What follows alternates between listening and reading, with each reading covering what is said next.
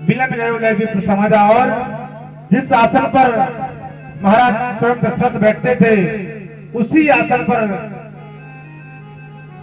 दुष्यंत को बैठाला और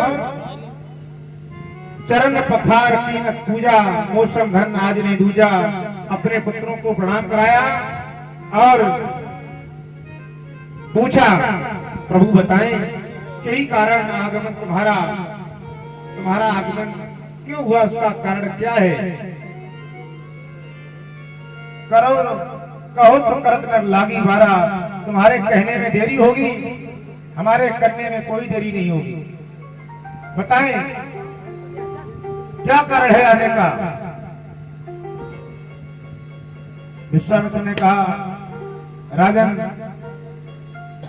मैं इसलिए आया हूं,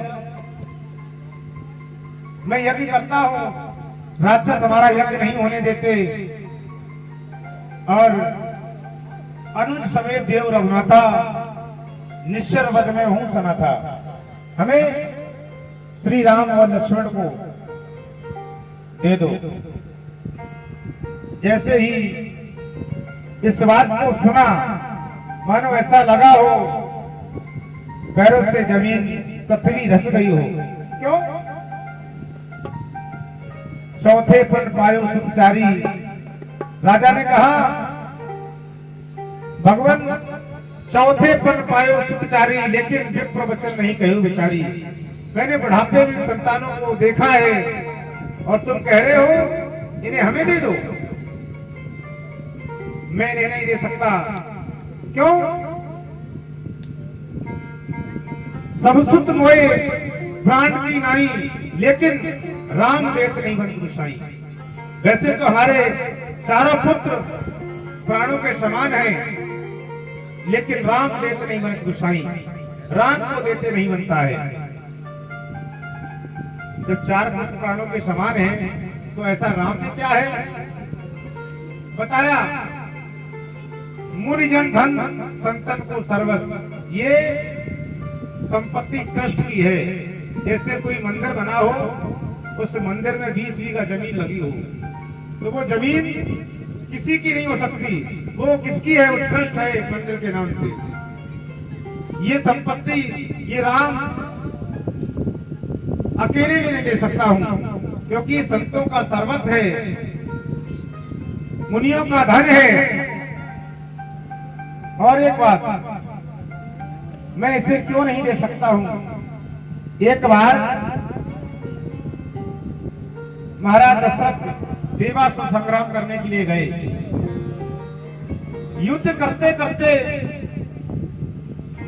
श्रमित हो गए, मूर्छित हो गए। आकाश मार्ग से रथ के सफेद नीचे की ओर आ रहे थे। जब नीचे की ओर आ रहे थे, गीधराज जटायु ने देखा कि महाराज यदि जमीन पर गिर गए तो इनका अंत हो जाएगा। उसने दोनों पंखों को फैलाया और रथ के समेत पृथ्वी पर ले आए। जब मूर्छा जागी महाराज दशरथ की, देखा गीधराज जटायु, बड़े प्रसन्न हुए। कहा जटायु मांग लो हमसे, हम तुम पर प्रसन्न हैं।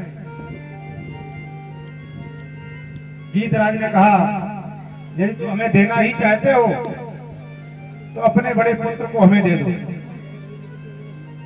महाराज दशरथ हंसने लगे, कहने लगे हमारे तो कोई पुत्र ही नहीं है, हम तुम्हें दे कहां से देंगे।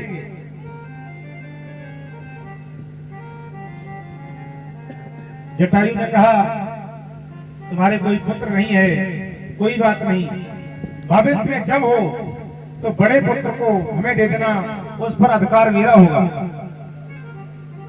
महाराज दशरथ तभी कहते हैं कि राम देत नहीं बन खुशाई, क्योंकि इस पर मेरा अधिकार नहीं है, इस पर अधिकार उस जटायु का है।